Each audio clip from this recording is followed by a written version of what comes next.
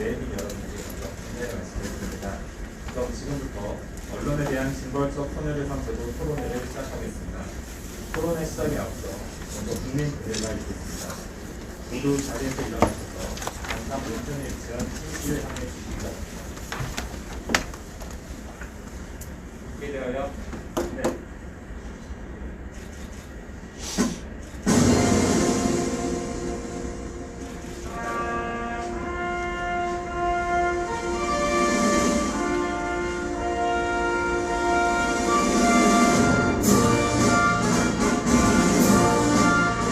나는 자랑스러운 태극기 앞에 자유롭고 정의로운 대한민국의 무궁한 영광을 위하여 충성을 다할 것을 굳게 다짐합니다.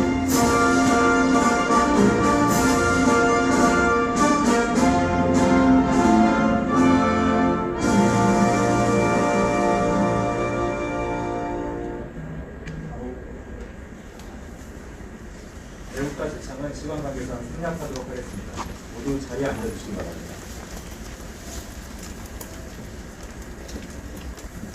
먼저 대한변호사협회 이찬희 협회장님께서 인사 말씀을 해주시겠습니다. 박수로 맞아주시기 바랍니다.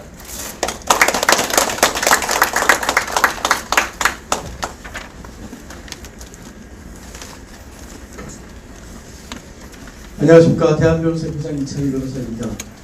코로나19가 있는데도 이렇게 사회적 거리두기를 하는 이런 심포지엄을 계속 개최하게 돼서 안타까우면서도 이러한 활동들이 우리 사회에 끊임없이 이슈에 대해서 점검하고 바른 길을 밝혀주는 그런 등대와 같은 역할을 한다고 생각합니다. 오늘 특별히 참석해 주신 모든 분들께 진심으로 감사 말씀드립니다. 오늘 언론에 대한 징벌적 손해배상제도 토론회를 함께 개최해 주신 김동훈 회장님을 비롯한 한국기자협회 관계자분들께 감사드리며 이 자리에 참석하신 모든 분들의 건강과 행복을 기원합니다. 포털 사이트와 SNS 등을 통해 쉽고 빠른 정보 접근이 가능해지면서 그만큼 쉽게 퍼지고 있는 가짜 뉴스의 문제점도 대두되고 있습니다. 정치적 이슈나 연예인 같은 이런 관심 있는 사건들이 퍼지면 그에 따라서 어김없이 여러 매체에서 출처가 확인되지 않은 그러한 정보들이 대량으로 흘러나오고 있습니다. 이러한 정보들은 인터넷상에서 확대 재생산되면서 가십거리로 그냥 소비되는 경우도 있지만 가짜 뉴스의 당사자에게는 씻을 수 없는 그러한 상처를 남기기도 합니다. 지난 6월 9일 발의된 언론중재 및 피해 구제 등에 관한 법률 일부 개정 법률안은 가짜 뉴스를 보도한 언론에 대해 최대 3배까지 징벌적 손해배상을 명할 수 있도록 하고 있습니다. 개정안은 그 제한 이유에서 미국의 경우 위법성, 의도성, 악의성이 명백한 경우 언론에 대한 징벌적 손해배상 제도를 통해 피해자를 보호하고 있다라고 하면서 악의적인 보도, 즉 허위 사실을 인지하고 피해자에게 극심한 피해를 입힐 목적으로 왜곡 보도를 한 경우 언론사에 대해 징벌적 손해배상 책임을 물을 수 있도록 하고 있습니다. 가짜 뉴스에 대해서 국민에게 그야말로 정신적, 물질적 피해를 주기 때문에 반드시 근절하고 엄중한 책임을 물어야 한다라는 주장도 있는 반면 이것은 우리 헌법이 보호하는 언론의 자유, 넓게 하면 표현의 자유를 침해하는 그러한 법안으로서 우리의 표현의 활동, 표현의 자유로운 활동을 위축시킬 수 있다라는 주장도 하고 있습니다. 또한 이에 대해서 징벌적 손해배상까지 청구하고 있는 것은 지나치게 과도한 규제다라는 지적도 있습니다. 따라서 오늘 이 자리에서 각계의 전문가분들을 모시고 이러한 언론에 대한 징벌적 손해배상 제도의 도입이 필요하다면 어떠한 방향을 설정해야 할지, 그리고 이러한 도입의 취지에 맞는 보완책을 어떻게 마련할지에 대해서 심도 있는 논의가 진행될 것으로 기대되고 있습니다.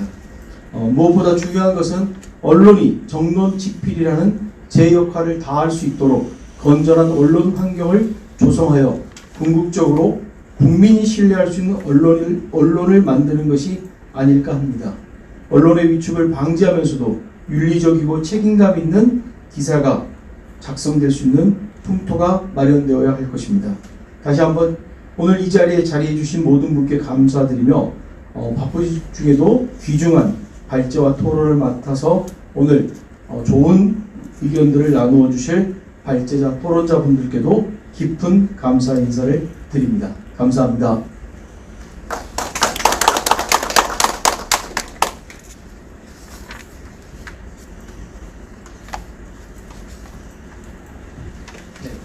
다음은 김동훈 기자협회 협회장님께서 인사 말씀을 해주시겠습니다. 박수로 맞아주시기 바랍니다.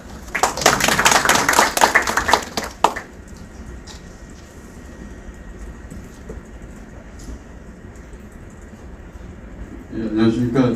한국기자협회 회장 맡고 있는 김동훈입니다.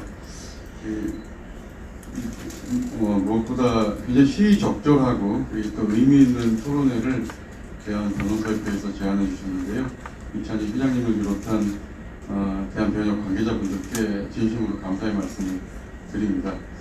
제가 사실 이따금 TV에서 드라마를 잘 안 보는데 이 법정과 관련된 드라마를 다루는 주제를 다룬 드라마를 이따금 이제 보게 되는데 그걸 보면서 이 변호사라는 직업하고 기자라는 직업이 굉장히 좀 흡사하다는 생각을 많이 했습니다. 우선 사회적 약자를 좀 대변해야 되고요.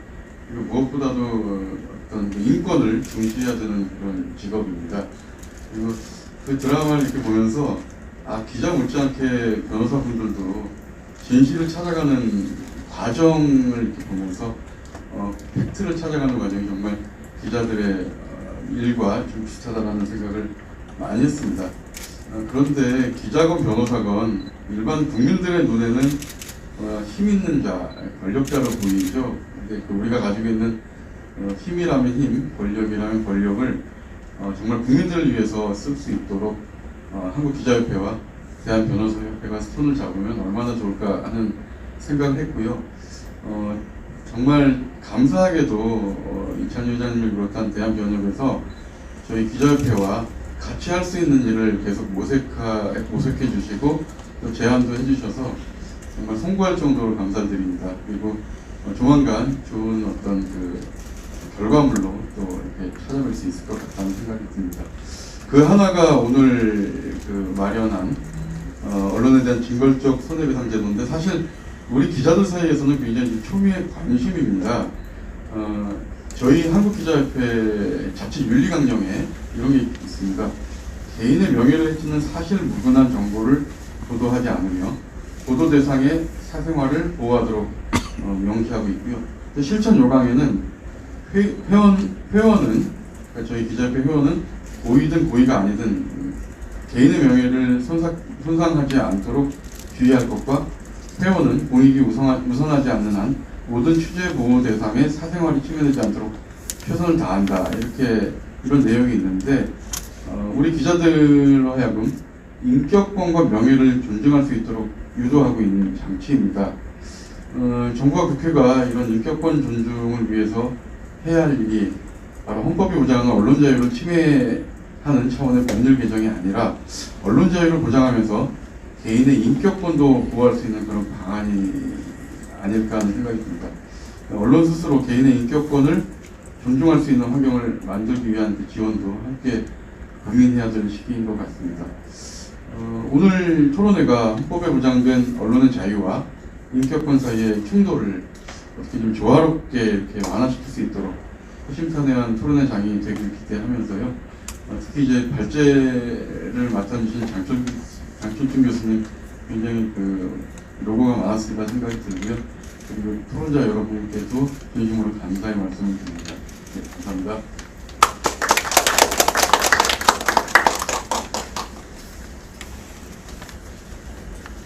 네, 두 분 말씀 감사합니다. 본격적인 토론회 시작에 앞서 먼저 단체 사진 촬영이 있겠습니다. 이찬희 협회장님과 김동훈 한국기자협회 협회장님, 패널 여러분께서는 앞으로 나와주시기 바랍니다. 그걸 먹고 말을 하자고 찾도록 하죠.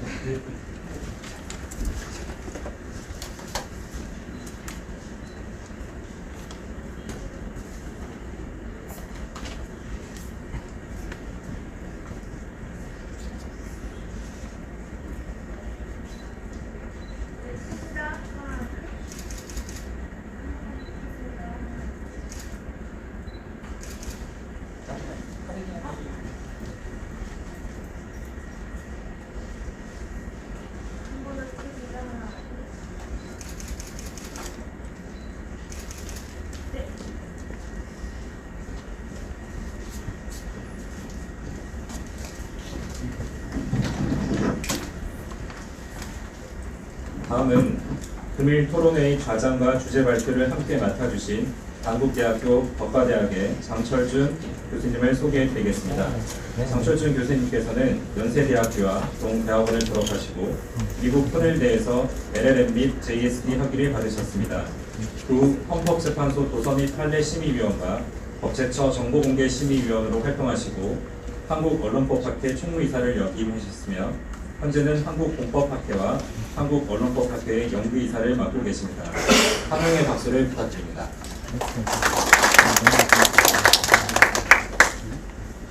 이후 진행은 좌장과 주제 발표를 맡으신 장철준 교수님께서 해주시겠습니다. 감사합니다.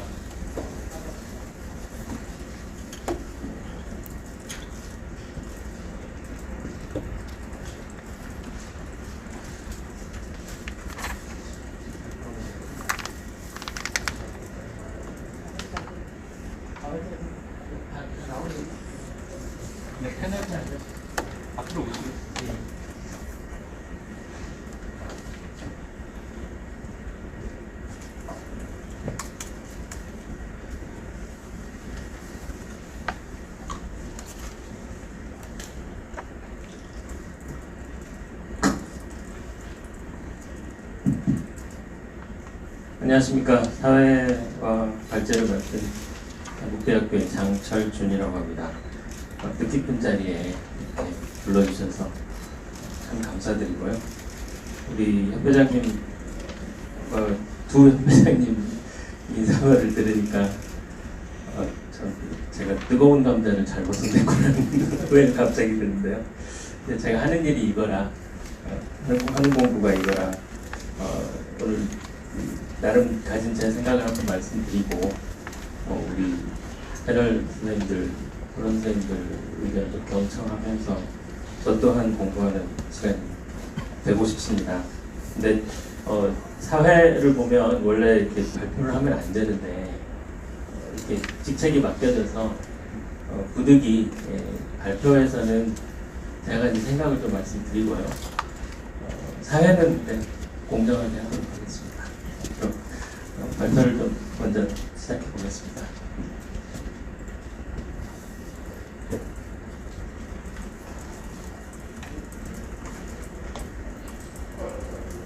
예, 이게 바로 그 감자입니다. 예, 여러분 잘 아시는 그 법률인데요. 정청래 의원께서 발의하신 법률인데, 그 증거월적 손해배상을 좀 전격적으로 우리도 도입하자, 이런 내용으로 이루어져 있고요. 제가 빨간색 표시를 한 것은 우리 좀 눈여겨봐야 되는 대목이 아닐까 싶어서 일부러 제가 눈에 띄게 했는데요. 약간 우리가 일반적인 관점에서나 또는 학문적인 관점에서나 아니면 실무에 종사하시는 관점에서 좀 논란거리가 될 수 있겠다, 그리고 문제가 될 수 있겠다라고 하는 내용이 바로 이것입니다. 그래서 법률안 자체에 대한 일종의 총평이랄까요? 이것은 좀 오래 생각해서 정교하게 만들어진 것 같지는 않다라는 인상을 먼저 드리고, 좀 법률 용어로는 적절하지 않은 내용들이 이를테면 이제 왜곡 보도를 하면은 처벌하겠다. 왜곡 보도라는 게 과연 무엇이냐라는 것은 굉장한 논란이 있을 수 있기 때문에 논란도 지금 되고 있는 그 와중에 그 이유는 좀 있겠다라는 생각은 해봤습니다. 그래서 이 자리는 이 법에 대해서 이렇게 좋냐 나쁘냐를 논한다기보다는 그 명예훼손이나 소위 그 언론의 자유를 규제하는 규제 형태의 총괄적인 디자인을 좀 어떻게 꾸려나갈 것인가에 대해서 먼저 말씀드리는 그런 의미로 받아주시면 감사하겠습니다. 법률안, 제출된 법률안의 제안 이유에서 보면요, 이런 진술이 있더라고요. 승소율이 굉장히 낮고, 언론 관련 소송의 승소율이 굉장히 낮고, 원심 판결 유지 비율도 굉장히 높더라. 그러니까 만족하지 못하겠다는 거죠. 규제가 안 된다는 겁니다. 그러니까 그 언론의 자유도 굉장히 중요하지만 그 언론의 피해를 받는 사람들의 구제가 어떻게 되느냐를 보니까 만족스럽지 않더라는 겁니다. 그래서 현실적인 이유는 분명히 존재한다는 것에 저도 찬성을 하는 생각이고요. 그리고 이제 미국의 경우 징벌적 손해배상이 굉장히 자연스럽게 받아들여지고 있다라는 그런 내용인데요. 이건 이제 주마다 조금씩 다르고요. 그 언론에 대해서만 특별하게 징벌적 손해배상을 드리는 것은 아니고 규율하는 것은 아니고 사법체계 전반적으로 그 톨치 소송이나 불법행위 소송 전반적으로 징벌적 손해배상의 법제가 구비가 되어 있기 때문에 그 와중에 언론으로 인한 손해에 대한 적용이 되는 케이스다 이렇게 보시면 되겠습니다. 근데 우리는 이제 정반대로 징벌적 손해배상이 굉장히 낯선 제도이기 때문에요. 그리고 법 조계나 상당히 좀 그 학계에서도 그렇게 친화적인 개념이나 제도는 아니라는 사실을 먼저 좀 알고 보시면 좋을 것 같습니다. 이해하시는데. 그래서 이거를 이런 상태라면 이걸 도입하는데도 상당한 어려움이 있을 거라는 게 충분히 예상이 되죠. 그래서 그럼에도 불구하고 조금 무리해서 한번 주장을 한번 해보려고 합니다. 제가 참고로 이 법과는 전혀 관련이 없음을 먼저 말씀드립니다. 그리고 조언을 한 적도 없고요. 이 발표를 위해서 저도 처음 읽어봤었습니다. 먼저 좀 그 언론의 오보라고 했는데 그 아까 말씀드렸던 내용 중에 이제 가짜뉴스라는 개념이 나왔습니다. 그래서 이 법의 취지 자체가 가짜뉴스를 규율해야 된다라는 목표를 명확하게 제시를 하고 있는데 저는 가짜뉴스가 만연하고 있고 심각한 문제가 있기는 하지만 가짜뉴스하고 오보는 좀 구분을 해야 된다고 먼저 그 전제를 놓고 바라봐야 된다고 생각하고요. 오보는 피할 수 없을 것입니다. 열심히 찾고 노력했는데 결과가 그게 아니었다. 제주가 반대되는 것이었다는 내용. 우리 인간이라면 누구나 나올 수 있는, 발생시킬 수 있는 일이기 때문에 그거를 받아들이지 못하는 법제는 원활치 못하다고 생각합니다. 그래서 규제 방법은 형사적 규제와 민사적 규제가 있을 것입니다. 그래서 우리 법 체계는 둘 다 인정하는 그런 체계고요. 그걸 이제 형법의 명예훼손죄에 관련된 법제에 대해서는 논란이 굉장히 많이 있습니다. 이제 형사적 규제는 좀 적고 민사 규제로 나아가야 되지 않느냐. 왜냐하면 밑에 설명했습니다만 헌법상 표현의 자유 보호와 부합하는 규제가 뭐냐를 이제 생각하는 단계에 왔고 우리가 기본권 인식이 굉장히 높아지면서 좀 표현의 자유도 보호하면서 아까 민사말도 나왔습니다만 언론의 자유도 보호하면서 명예권도 보호하는 같이 가는 체계를 해야 되지 않느냐. 이렇게 본다면 국가가 직접 개인에게 형벌을 가하는 그런 구조에는 그 표현의 자유 쪽하고는 어울리지 않는다. 언론에 대한 규제는 어울리지 않는다는 비판이 굉장히 많고 실제로 여러 나라에서 형사 규제를 자제하는 그런 법들을 취하고 있습니다. 미국도 형법에 명예훼손죄는 없습니다. 그런 제가 여기다 마지막에 말씀드린 것은 특정 방식의 어떤 가치의 우열이 있는 것은 아니다. 저는 그렇게 생각합니다. 어떤 것이 더 좋고 어떤 것이 더 후진적이다. 이렇게 말씀드릴 수 있는 것은 아니고요. 다만 우리 법률 문화가 그동안 명예훼손이라는 행위 자체를 죄로 인식해 왔기 때문에 그 자연스러운 과정에서 법제도 탄생한 것이라고 본다면 지금의 우리의 좀 관념은 약간 이제 변화하고 있는 추세라는 거죠. 이게 왜 죄가 되어야 하느냐. 그리고 국가가 직접 형벌로서 이걸 규제해야 되느냐에 대한 상당한 반론이 나오고 있는 건 사실이다. 이렇다면 좀 우리가 국가가 직접 개입하는 그런 장치보다는 약간 선진이라는 말을 써서 죄송합니다만 그런 방식으로 옮기는 생각을 한번 해봐야 되지 않느냐 이런 반로해라고 말씀드리겠습니다. 그래서 이 두 가지 규제를 언론 보도의 주체 입장과 객체, 대상의 입장에서 한번 구분해 봤는데요. 주체 입장에서는 이제 기자분들이겠죠. 일선 기자, 언론사분들. 요새는 1인 미디어도 많이 있으니까 그것까지 다 포함해서 보겠습니다. 형사규제는 기본적으로 국가에 의한 억압적 표현의 자유 침해다. 이렇게 느낄 가능성이 높습니다. 기자분들 그러시죠? 예. 왜 나의 진실 탐구의 노력을 국가의 이런 형사규제를 의식하면서 이걸 내가 위축되어야 되느냐. 소위 위축 효과에 대한 반론이 만만치 않습니다. 항상 일선 기자가 그 보도를 하면서 소송의 부담을 안고 보도를 하는 것이 진실 발견에 결코 유리한 입장이 아니기 때문에 우리가 충분히 이해할 만합니다. 그래서 아까 제가 좀 민사규제를 선진적이라는 말을 썼던 것도 그런 입장으로 이해해 주시면 되겠습니다. 민사규제 또한 뭐 형사규제 방식보다는 선호될 수 있겠지만 이것도 마찬가지로 만약에 배상을 많이 해야 된다면 기사 하나 잘못 썼다가 그냥 탈탈 털리는 그런 상황이 벌어진다면 여전히 위축 효과가 있을 것이다. 그렇게 말씀드리고 싶고요. 하지만 그럼에도 불구하고 기자와 언론사는 자신의 활동에 대해서 책임을 져야 되는 것은 맞죠. 책임에서 자유로울 수는 없습니다.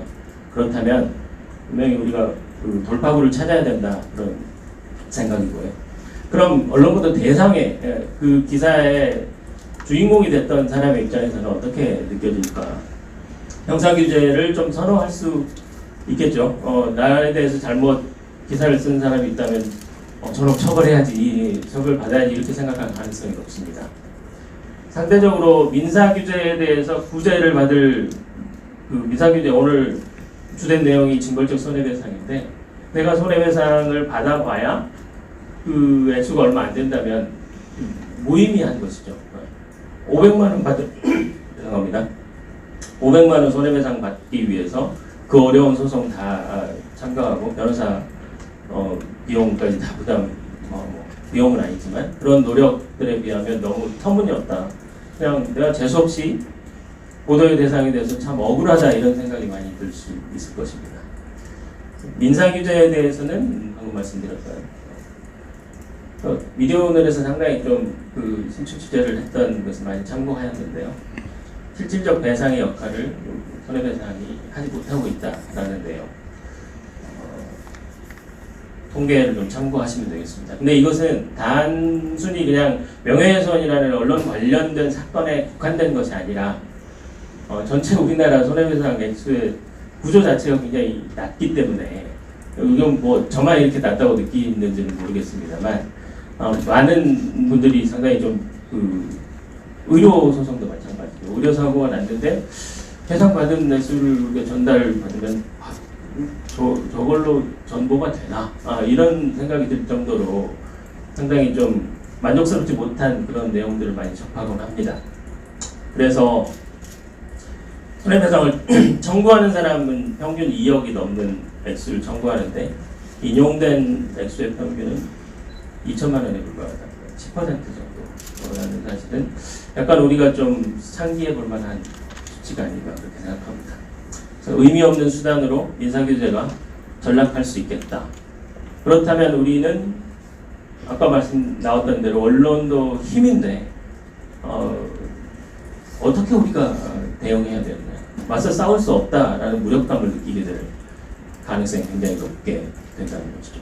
그래서 뭔가 이런 규제의 교착 상태에 빠져 있다 저는 그렇게 판단하고요. 뭔가 대안이 필요하다는 그런 생각에 접어들었습니다. 그리고 나서 이 법률을 보니까 대안으로서 한번 써봄직한 그런 매력이 좀 느껴졌다고 할까요? 저는 헌법하고 언론법을 연구하는 연구자인데 연구자 입장에서 봤을 때 드리는 말씀입니다. 이거 뭐 실정도 모르는 그 펜이나 올리고 있는 사람이 뭐 충분히 그렇게 생각할 수 있을 만하다 그렇게 보실지도 모르겠는데 아까 말씀드렸던 그런 우리의 현실을 접하고 나서 이 법을 다시 보니까 대안적인 그 규제 장치로 쓸만할 수 있겠다 잘 쓰면 그런 생각이 들어서 제 발표는 이런 취지입니다. 그래서 원칙은 대안으로서의 규제가 되어야 되는 반드시 기본 원칙은 헌법상의 표현의 자유와 조화를 이루어야 된다. 그래서 가급적이면 국가가 직접 나서서 표현에 대한 규제를 하지 말고 민사규제로 일원을 하되 그 손해배상 액수를 현실화해야 된다는 게 이상적이고 원칙적인 규제 방법이다라는 거기까지 그 목표는 세웠습니다. 근데 그 방식을 어떻게 잘 꾸미느냐가 이제 굉장히 남은 어려운 문제일 텐데요. 그런데 이제 현실을 바라보면 입법부와 사법부의 현실을 고려하면 법이 어떻게 생겼는가, 법제가 어떻게 생겼는가, 그리고 그 법제를 실제로 법정에서는 어떻게 적용하고 있는가, 그리고 그 법의 규율을 받는 국민들은 어떻게 느끼고 있는가, 이걸 같이 봐야 된다는 것이죠. 형법의 명예훼손죄 폐지가 가능한가? 과연 지금 명예훼손죄 폐지 운동을 우리가 열심히 시작해가지고 국회에서 형법 개정 법률을 만들었다, 그럴 가능성이 과연 얼마나 될까요? 쉽지 않은 과정일 거라고 생각합니다. 그러니까 명예훼손죄가 가지고 있는 표현의 자유의 침해의 그 소위 해악과 폐해를 널리 공감해야 되는데, 그래야 이제 국민적인 공감, 주권자의 의도, 법 개정에 대한 입법자의 결단이 같이 맞물려서 이루어지는 게 개정인데, 이게 과연 쉬울까? 쉽지 않다고 생각합니다. 학교에서는 많이 주장을 하고 있습니다, 지금. 특히 이제 최소한 사실적시 명예훼손죄라도 폐지하자라는 주장이 굉장히 설득력을 얻고 있지만, 그거마저도 별로 사람들은 관심이 없습니다. 이거 사람들이 주권자가 관심이 없으니 입법자도 그렇게까지 입법에 영향을 기울일 필요가 없는 것이죠. 그러면 법원에서는 가능하냐? 손해배상 산정 기준 적용의 변동이 가능하냐? 가능하다고 보시나요, 회장님? 변호사님들 어떻게 생각하세요? 판례를 하나 바꾼다는 게 얼마나 어려운 과정인지를 겪어보셔서 잘 아실 겁니다. 그렇다고 대법원에서 원장님 비롯해서 대법원에서 야, 우리 오늘 당장 손해배상 기준 쫙 올리자라고 결단할 수 있는 그런 동인이나 그런 체계를 바꾼다는 게 사법부 조직이나 그런 행동 그 과정의 특성으로 봐서는 굉장히 어려운 일이라고 저는 생각합니다. 안 될 거라고 봅니다. 비관적인 말씀을 드려 죄송한데. 그래서 2016년인가요? 얼마 전에 그 자료를 보니까 대법원에서 위자료 산정 기준을 현실화하자라고 좀 대폭 늘리자라고 하는 그런 계획을 봤는데요. 그것도 지금 실현이 안 되고 있는 걸로 저는 알고 있는데, 그런 방법도 있습니다. 그 위자료를 현실화함으로써 그 간극을 한번 메워보자라는 주장도 있는데요. 그 방법도 대안이 될 수 있습니다. 그런데 이제 그 방법의 저 개인적인 문제점이라고 한다면, 제가 생각하는 기본적으로 위자료가 우리 그 소송 현실에서 굉장히 액수가 낮은 게 현실이죠. 근데 그걸 이제 그 2배 이상 올리자라는 이야기인데요. 그렇게 되면 법관의 재량이 너무 커지는 거죠. 그러니까 개개 사건에서 법관 스스로가 입법자가 되어버리는 현실로 바뀔 수 있습니다. 법관이 판단함에 따라서 액수가 만약에 2배에서 많게는 4배까지 차이가 날 수 있다고 본다면, 이거는 법관이 입법을 해버리는 가능성, 그 결과하고 비슷한 효과가 나올 수 있다는 것이죠. 저는 이것은 옳지 않다고 생각합니다. 그렇기 때문에 뭔가 입법적인 움직임이 필요하다고 저는 판단했고요. 그 관점에서 보자면 이 법이 대안이 될 수 있겠다라는 생각을 한번 해봤습니다. 그래서 이 관점에서 법률안을 한번 살펴봤습니다.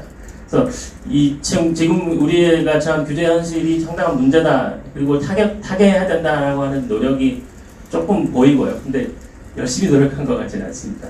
그래서 그 흔적이 보였다는데 좀 의미가 있을 것 같고, 손해배상이 현실화하자는 주장이고, 가짜뉴스 예방을 통해서 공적 책임을 강조하자라는 것인데, 그러니까 지금 언론의 현실도 이제 제가 뒤에서 잠깐 말씀드리겠습니다만, 언론 현실에 대한 그 인식이 좀 공유돼야 될 것 같습니다. 우리 언론의 현실. 그러니까 지금 정치인에 대한 비판은 뭐 그리 오래된 것도 아니고 하도 오래돼서 우리가 너무나도 익숙한데, 지금 뭐 인터넷에서 여론을 살펴보시면 지금 우리의 비판의 대상은 사법과 언론입니다. 네. 지금 왜 사람들이 이 언론에 이렇게 불편해하고 사법 판단에 불편해하는가를 좀 눈여겨보고 왜 그런지 살펴볼 필요가 있다고 생각합니다. 변화의 필요성에 공감하는가? 단독 경쟁을 하면서 아까 제가 가짜뉴스와 오보를 구분해야 된다고 했지만 오보가 가짜뉴스가 돼버리는 현실이 있을 수 있다는 것이죠. 언론이 끊임없이 사실을 체크하는 과정에 몰입해야 하는데 단독 경쟁에 불붙은 그 언론 기사의 현실을 보면 도대체 이거를 확인하고 기사 쓰셨을까 하는 그런 기사도 굉장히 많습니다. 죄송합니다만. 그렇다면 뭔가 조치는 취해져야 되지 않을까요? 아까 사법 절차와 언론 절차, 즉 기자와 법조인이 상당히 비슷하다는 말씀을 들었는데요. 비슷합니다. 진실을 발견해 간다는 과정 자체에서 비슷하지만 사법 절차에서의 진실 발견 과정은 철저하게 절차 속에서 이루어집니다. 조금의 불편 부담도 있어서는 안 될 정의로운 절차 속에서 만들어야 된다는 게 사법 판단의 목적과 목표죠. 근데 언론이 단독 경쟁을 해버리면 절차가 없습니다. 어떻게 책임을 지울 수도 없고 누구 판단이 맞은지 판단할 내릴 근거가 너무 부족해진다는 것이죠. 이런 상황이라면 뭔가 좀 조치가 필요하다. 그런 말씀을 좀 드리고 싶고요. 다시 돌아와서요. 규제 현실과 이상 간의 간극을 메운 과도기적 규범이 필요하다. 제가 과도기라는 말을 썼다는데 잠깐 좀 주목해 주시면 감사하겠습니다. 그래서 액수가 만약에 3배 늘어난다면 지금 500만 원 받는 선회장이 1,500만 원 되는 것인데 물론 그 상당히 많은 액수도 있겠죠.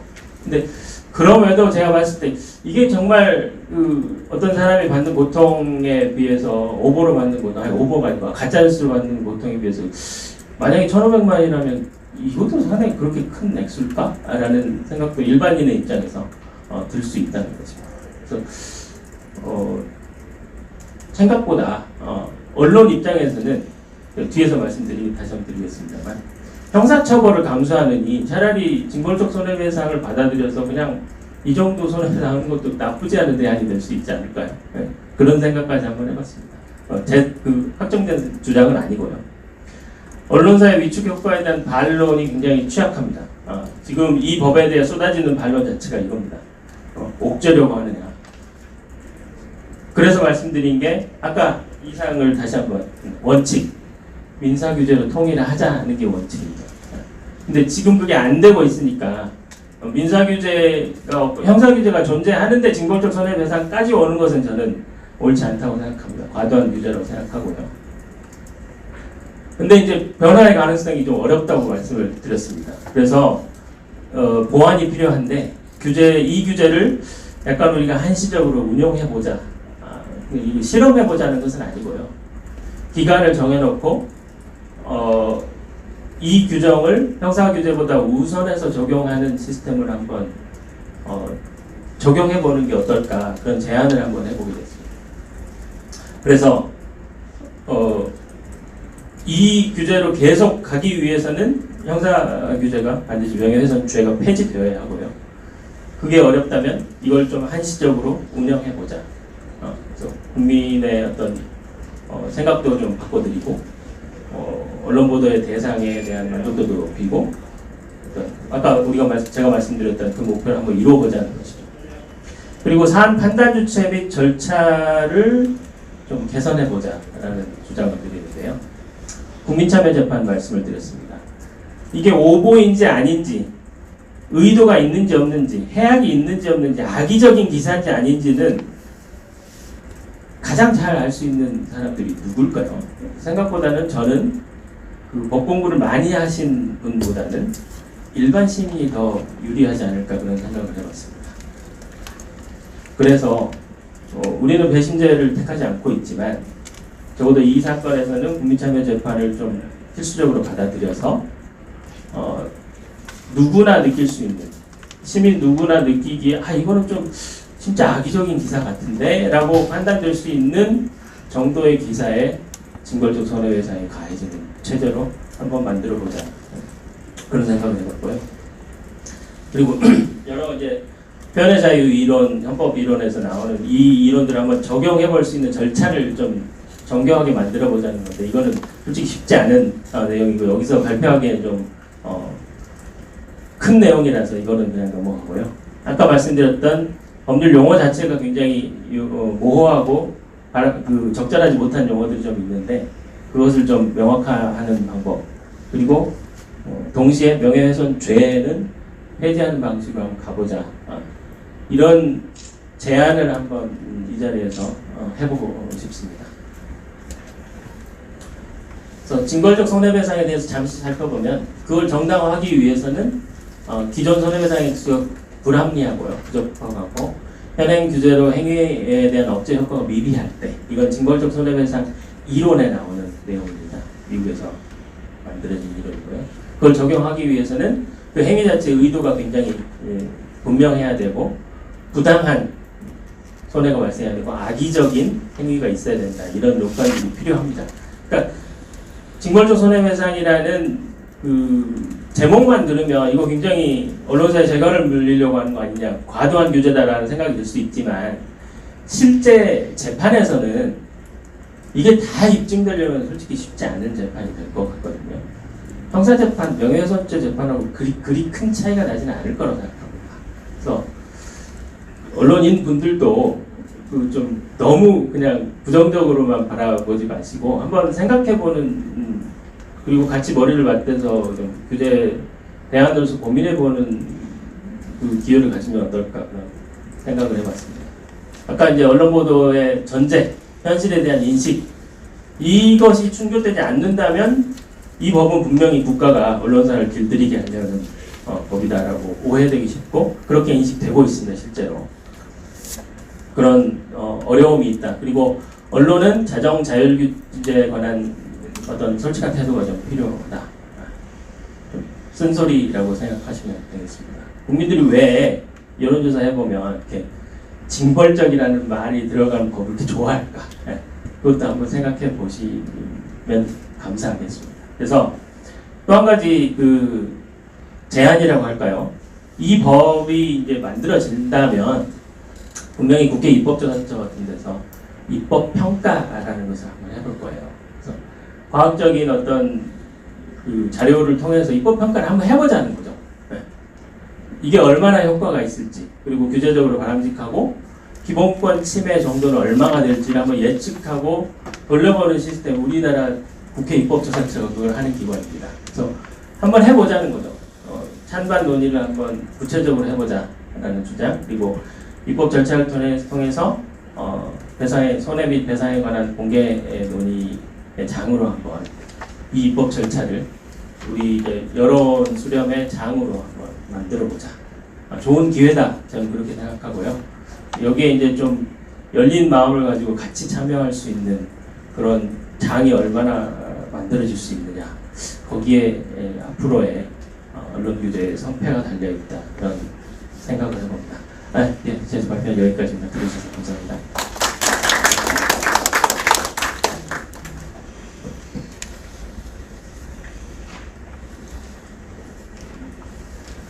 자, 이제 사회자로 역할을 바꿔서요. 네.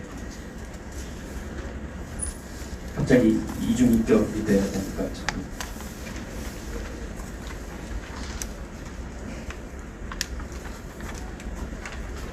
준비하신 간단한 인사 말씀을 하라고 했는데요. 그냥 제 발표로 가름하겠습니다.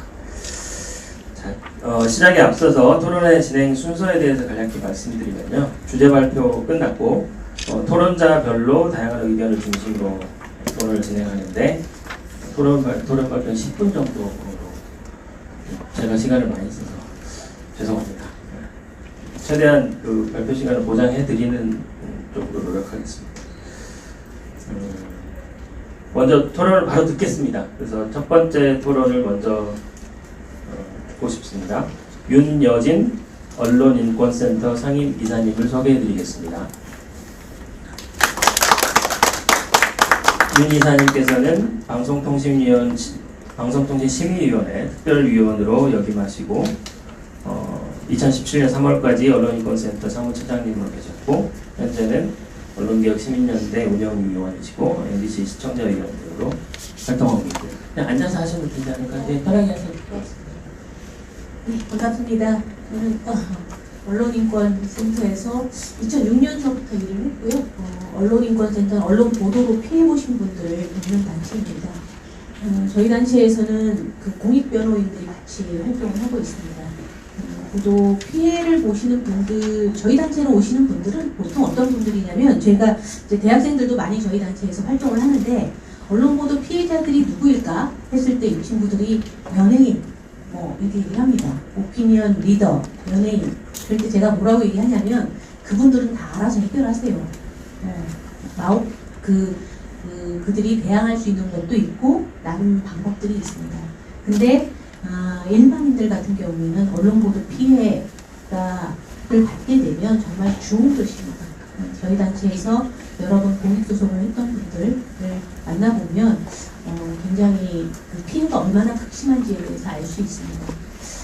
저희 단체가 그래서 이 문제 어떻게 해결하지? 이 언론이 이렇게 책임을 질 수 있도록 어떻게 해결하지? 했을 때 소송밖에 없다 라는 게 저희가 나름 내부적으로 내린 결론입니다. 왜냐하면 언론인들이 스스로 사과하지 않아요. 명백한 잘못임에도 불구하고 그러니까 담당 기자는 사과한다고 하지만 데스크로 가면 그게 없어집니다. 그게 관행인가 권위에 대한 도전이라고 생각하는, 요즘은 조금 달라질 수 있는데 언론에 대한 이미지가 그렇습니다. 그렇다 보니까 저희 단체가 오랫동안 징벌적 손해배상제를 주장을 해왔고, 언론이 좀 책임을 지게끔 어떻게 할 거냐 이야기를 해왔고, 그런 와중에 법안이 발의가 된 것 같습니다. 근데 저희 근데 이 법안이 발의되면서 살짝 좀 고민을 했습니다. 왜냐하면 작년 재작년부터 정부가 가짜 뉴스 방지법을 기조로 해서 징벌적 손해배상제 얘기가 좀 같이 나오고 있더라고요. 그래서 이게 또 심각한 표현의 자유를 위축시킬 수 있지 않나? 이런 좀 고민도 좀 살짝 들었습니다. 그래서 저희가 내부적으로 이 문제를 우리 단체의 입장을 어떻게 정리할 것인가 좀 고민을 했고요. 그 와중에 징벌적 손해배상제가 도대체 언제부터 어떤 경위로 이게 회자되기 시작했나, 그리고 이것이 이렇게 심각하게 이슈화되기 시작했나를 좀 보게 됐습니다. 2004년 7월에 악의적 보도에 대한 고액의 손해배상을 명령하는 언론피해구제법을 제정하기로 하죠. 요 당시에 이 법을 발의하신, 그러니까 최근에 발의하신 정청래 의원이 모 방송사에서 쓰레기 만두 얘기하시는데 그거 맞습니다. 요 당시에 쓰레기 만두 사건으로 대단히 사람들이 큰 사회적 이슈가 되죠. 그래서 식품에 대한 그런 건강권, 위해 물질에 대한 여러 가지 문제가 같이 문제가 되는데, 결국 그게 사실을 제대로 하지 않은 과실이었다는 게 밝혀집니다. 그래서 쓰레기 만두, 그러니까 만두 업체에 많은 분들이 도산도 하시고 자살도 하시고, 근데 책임을 아무도 지지 않습니다. 그런 과정에서 언론 고액의 손해배상을 명령하는 게 제정하기로 합니다. 근데 그 당시에 단순히 언론에 대해서만 그 징벌적 손해배상제를 도입하자고 하지 않았습니다. 악의적 왜곡 보도도 있지만 국가 권력에 의한 인권 침해, 그다음 음식물 관련 범죄, 의료사고, 악의적인 근로자 해고에 대해서 다 징벌적 손해배상제를 도입하자고 이야기를 합니다. 그러니까 반사회적 어떤 사건에 대해서 어쨌든 뭔가 조치를 취해야 되는 거 아니냐라는 것 와중에 언론이 사실 들어가게 되고, 근데 과정을 보시면 대단한 반대가 있죠. 주로 이제 언론에 계신 분들은 이 제도가 도입되면 언론이 소신과 정부 정책을 비판할 수 없다. 그리고 기득권 세력에 이용되고 저널리즘이 위축될 것이다. 라고 이제 이야기를 합니다. 결국 악의적 징벌적 손해배상제를 도입하지 않기로 결정을 하고 2004년도 10월 14일 정도에 않기로 결정을 하고, 그 대신에 악의적인 언론보도, 식품유해사범, 환경 파괴, 기업의 악의적 해고, 국가 권력의 불법 구금 등 7, 8가지 반사회적 범죄에 대해서는 징벌적 손해배상제를 적용할 수 있도록 손해배상 가중 관한 법률을 제정 추진할 계획이라고만 발표를 합니다. 그리고 마지막으로 언론에 대해서는 언론중재위원회 활동을 강화하는 걸로 결론이 나오죠. 언론중재위원회의 권한을 대폭 강화하고 그다음 반론보도 청구, 정정보도 청구 이외에 손해배상 청구를 할 수 있도록 중재할 수 있도록 법안이 만들어집니다.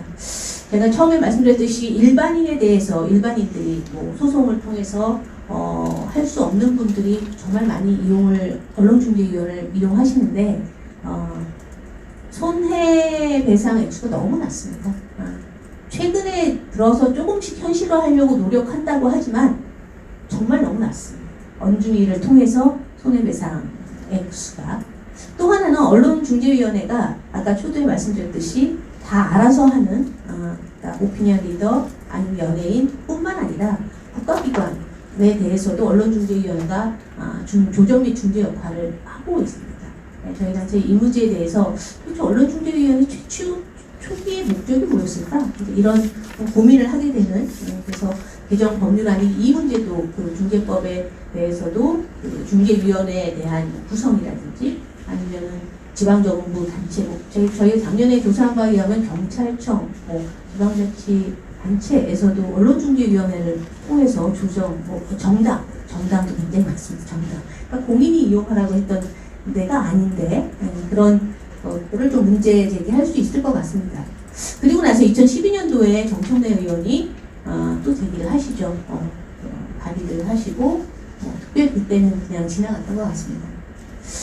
징벌적 손해배상제는 사실은 그 저널리즘을 회복할 수 있는 정말 중요한 계기가 되지 않을까 저는 지금 생각을 하는데 인격권 침해가 너무 심합니다. 특히 처음에 문제가 제기됐던 2004년도하고 지금 2020년도에 언론 환경, 미디어 환경이 너무나 많이 바뀌었고요.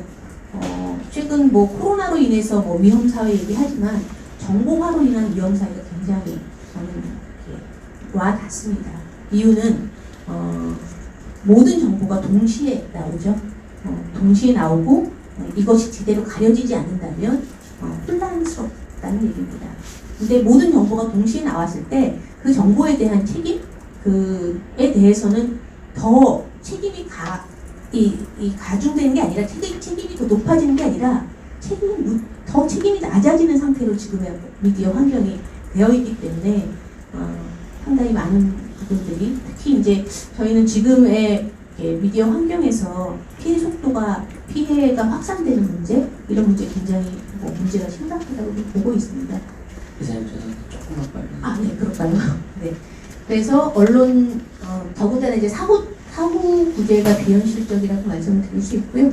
그리고 언론의 민영사상 불법 행위로 인해서 위자료 액수 너무 작다는 거 아까 말씀을 드린 것 같습니다. 현재 우리 대법원의 입장이 아까 이제 교수님 말씀하셨듯이 실제적 악의론을 사실상 수용해서 언론사에게 보도하고 있어서 근데 이제 제가 주목하고 있는 것은 언론을 하시는 분들한테 제가 쭉 활동을 하면서 느낀 건 법원이 대단히 언론에 대한 자유를 보장하고 있다는 겁니다. 왜냐하면 위법적 조각 사유가 있거든요. 그러니까 공익이라고 믿을만하고 공익이고 그다음 진실이라고 믿을만한 사유에 대해서 위법적 조각 사유가 있습니다. 그 정도의 특권이 있는데 그럼 거기에 맞는 책임을 좀 져야 되는 거 아니냐라는 생각을 좀 갖고 있고요. 네. 개정안 검토를 했는데 저희가 대상은 언론중재법에 있는 방송사업자, 신문사업자, 잡지, 등등의 지금의 현재 언론중재법에 있는 언론사로 한정하는 것이 좋겠다. 그리고 1인 미디어나 이런 분들은 언론피해구제법상의 언론이 아닌 곳은 해당하지 않았으면 좋겠다는 생각을 갖고 있습니다. 그리고 악의적 보도, 허위 사실을 인지하고 피해자에게 그치는 피해를 입힐 목적으로 왜곡 보도를 하여 아까 말씀하신 것 같고요. 통상의 3배로 지금 손해배상 범위가 정해져 있는데 그렇죠. 지금 이것이 일반적이진 않지만 징벌적 손해배상제가 일반적이진 않지만 현재 하도법도 손해액의 3배를 하고 있고 개인정보 손해액의 3배 등등의 이야기가 있습니다. 진행되고 있습니다. 주체의 제한은 적절하다고 생각을 했습니다. 그리고 악의적 보도가 이제 허위 보도와 관련돼서는 이제 사실 확인에 대한 의무가 제대로 되지 않았을 때 저는 그런 것에 대한 진위 판별이 좀 가능하다고 생각을 합니다. 그리고 어떻게 보면 사실 확인을 과잉하는 게 어떻게 보면 오보를 넘어선 악의적 보도가 될 수 있는데 그런 것도 좀 저는 가려질 수 있을 거라고 생각합니다. 손해배상의 범위 아까 말씀드린 것 같고요. 저는 그렇게 저희가 이제 저희 단체 토론을 하면서 3가지 정도 정리를 했는데 손해배상에게 상대가 왜 징벌적이냐, 왜 징벌적이라는 단어를 거기다 붙이냐, 이건 징벌적이라고 생각되지 않습니다. 네, 이 정도는 충분히 지금의 손해배상액이 굉장히 낮고 상태에서 세배를 하는 게 징벌적이라고 붙이는 건 너무 과장됐다라는 생각이 좀 들고요. 두 번째는 이것으로 인해서 저널리즘 똑같이 말씀하시더라고요. 이제 징벌적 손해배상제에 대한 발의가 나오면서 신문협회나 아니면 기자협회에서 이거에 대한 의견들을 쭉 말씀하시는데 저널리즘 위축된다 뭐 등등 말씀하시는데 저는 전혀 오히려 책임 있고 저널리즘 신뢰가 회복될 수 있겠다라는 생각이 듭니다. 그리고 마찬가지로 아까 교수님 말씀하셨듯이 민형사 책임에 대해서는 형사적 수단이 아니라 민사적 수단으로 해결하는 것이 적절하다.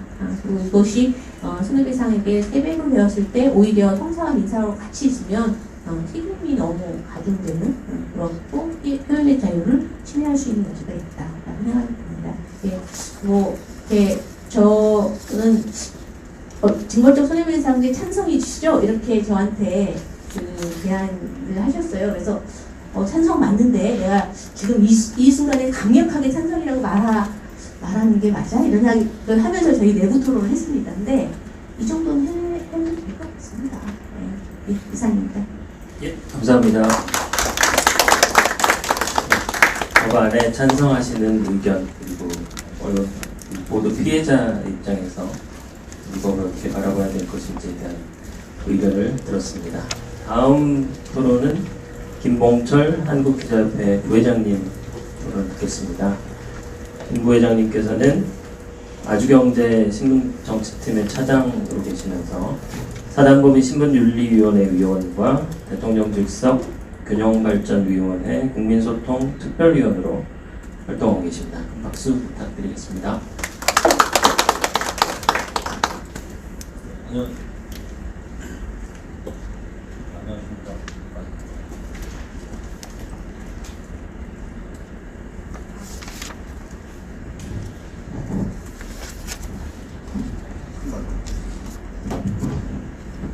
안녕하십니까. 저는 한국기자협회에서 부회장 맡고 있는 아주경제 김봉철 기자라고 합니다. 사실 뭐 회장님 잠깐 안 계시는데 뭐 부회장하면 와 하실 수도 있지만 뭐 부회장님이 많이 계십니다. 그 중에서 제가 좀 차출이 돼서 대표로 좀 나오게 됐고요.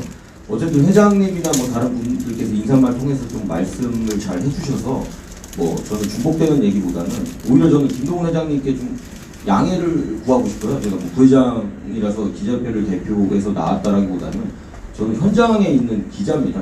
기자 생활을 제가 한 15년째 지금 하고 있고 뭐 산업부도 해봤고 여러 부서를 돌다가 정당 출입을 좀 오래 했었고 지금 청와대 좀 출입을 하고 있습니다. 그래서 뭐 극단적인 하루에 수만 개의 어떤 보도가 쏟아지는 상황에서 각자 입장에 따른 극단적인 사례들은 굉장히 많다고 생각을 하거든요.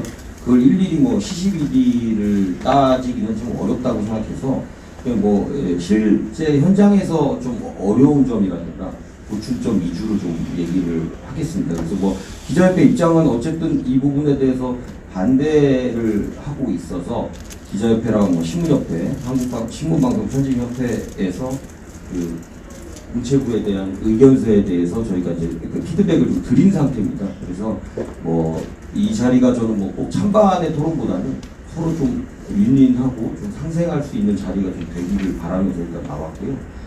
일단은 개정안 자체가 언론사에 대한 그런 책임을 묻는 제도지만 결국엔 기자가 연결돼 있습니다. 왜냐하면 그 기사를 쓰는 주체가 결국 기자이기 때문인데요. 그래서 뭐 개정안에 대해서는 일단 저는 두 가지 측면에서 좀 바라보셔야 될 것 같아요. 어쨌든 지금 이사님께서 말씀하신 일반인의 경우와 어떤 정치인, 대기업이라든가 어떤 권력기관과의 어떤 그 상반된 부분을 좀 봐야 될 것 같고요. 어쨌든 뭐 가해자와 피해자가 누가 더 되는 거는 수시로 또 바뀌기도 합니다.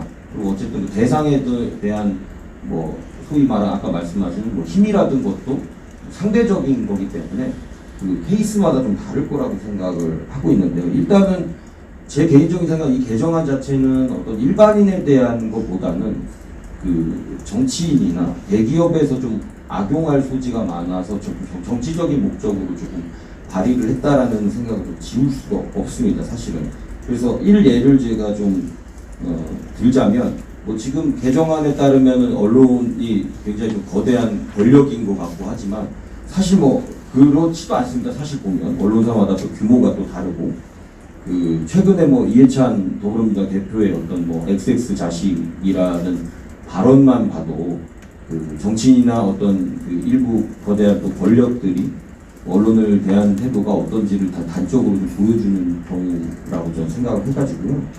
뭐 저는 개인적으로 뭐 소송의 어떤 극단까지 가본 적은 없고, 소송 직전에 대부분 뭐 극적으로 타결이 되거나 언론중재위에 제가 뭐 어쨌든 중고참 기자로서 후배 기사를 대신해서 뭐 참석을 하거나 제 기사 때문에 그렇게 참석한 경험 정도가 있습니다. 근데 주변에 얘기를 들어보면 그 소송이 한번 걸립니다. 이제 어느 정당이 예를 들어서 정당이 그 소송을 걸거든요.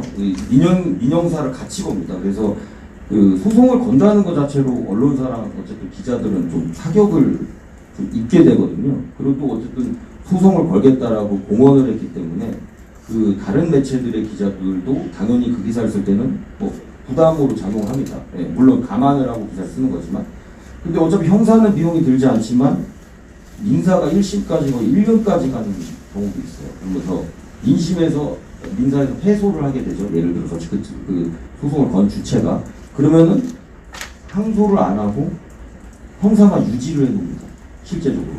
그러면 어쨌든 그 언론사와 기자들은 이게 잘못된 보도를 한 것처럼 일단은 되고, 그 소송을 건 사람들은 그거에 대해서 충분히 항의했다라는 걸로 일단 남아 있게 되는 거죠. 그래서 민사 비용 정도만 부담을 하고 형사는 그냥 남겨두는 경우가 있어요. 그러니까 그래서 주변에 어떤 그런 상황들을 봤을 때 그 민사든 형사든 소송을 해서 이긴 기자의 선배들에게 얘기를 들어봐도 다시 그전 상황으로 돌아가서 이 과정을 겪겠냐라고 하면은 대부분 다 못하겠다라고 얘기할 정도로 굉장히 좀 큰 고통을 좀 받고 있는 거거든요. 그렇게 되면 뭐 당장 저부터도 다음에 기사를 쓰게 될 때 민감한 기사에 대해서 위축이 되고 좀 아니 다른 사람이라든가 뭐 다른 쪽으로 좀 생각을 하게 되는 건 당연한 거죠. 그러니까 어쨌든 돈이 많은 어떤 쪽이 일단 보도부터 하는 경우가 발생을 하게 되는 거거든요. 그렇게 되면 현업기자는 굉장히 위축된다는 말씀을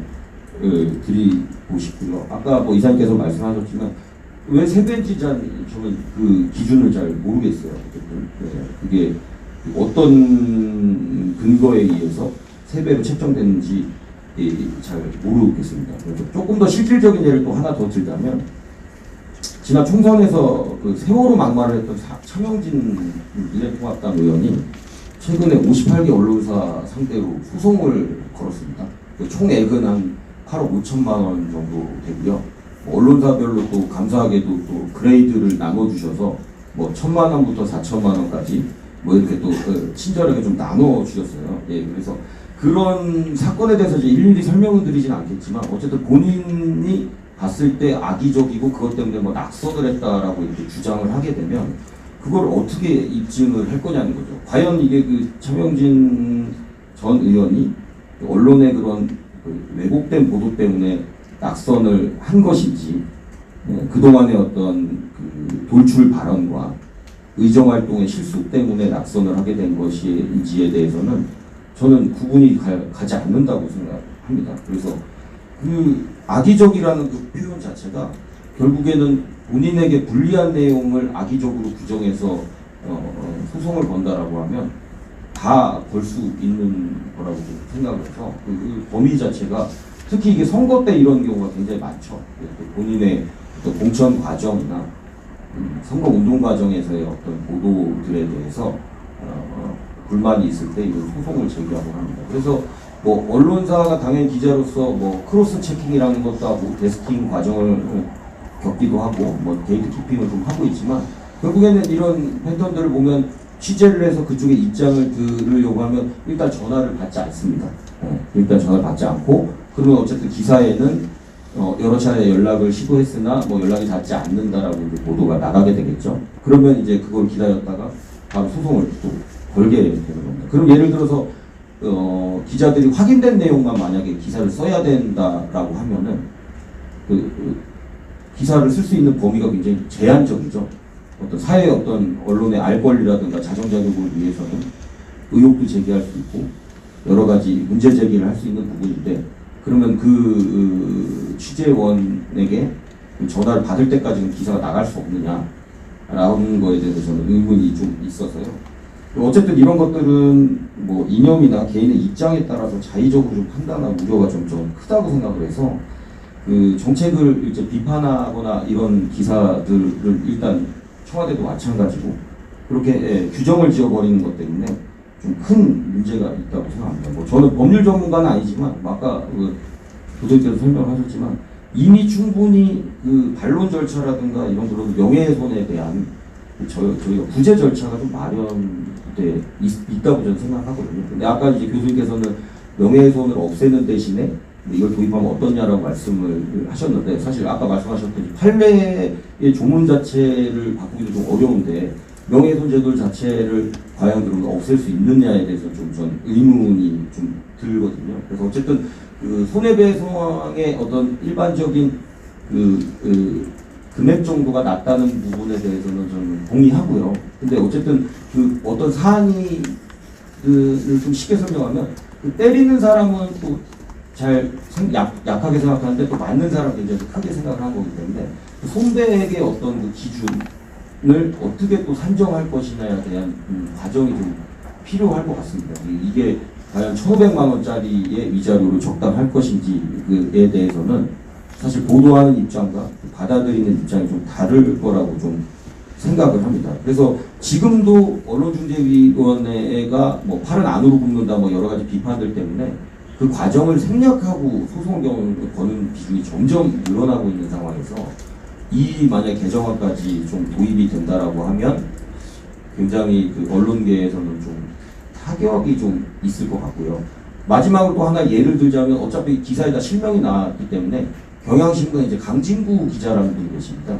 그 노무사 자격증까지 있고 언론 노동 전문 기자로 굉장히 그 업계에서는 존경을 받고 그 지지를 받고 계신 분인데 KTNG가 월급 차압을 걸었어요.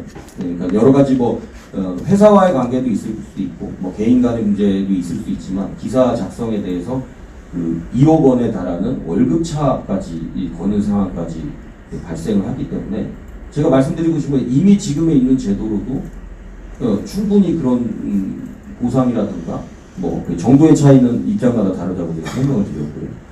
그렇게 좀 진행이 되고 있어서요. 언론계에서는 좀 최근에 상당히 큰 충격이었습니다. 어쨌든 기자들 월급도 정해져 있는데 2억이 될 때까지 월급 차압이 들어왔다는 게 거기서 굉장히 좀 화제가 됐었습니다. 그래서 어차피 정청래는 이거를 처음에 발의했을 때 시점에서는 사실은 그때의 언론 환경이랑 지금은 또 다릅니다. 그때는 뭐 진짜 범죄자의 뭐 실명부터 시작해서 뭐 여러 가지 신상들을 다 보도되는 관행들이 있었지만 지금 아까 회장님도 말씀하셨지만 지금 언론계에서도 자정 노력을 좀 많이 하고 있습니다. 그래서 뭐 세월호 때도 그 보도 준칙을 세웠고 이번에 그 코로나 관련해서도 너무 그런 가짜 뉴스들이 많이 판친다고 생각해서 감염병 보도 준칙을 좀 마련해서 자정작용을 좀 하고 있거든요. 그래서 조금 지켜봐 주시면 좋겠다는 저는 좀 생각이 들고요. 지금 이미 충분히 그런 사례들로 또 진행이 되고 있는 과정에서 이 개정안 자체가 요새 뭐 민주당에서는 징벌적이라는 게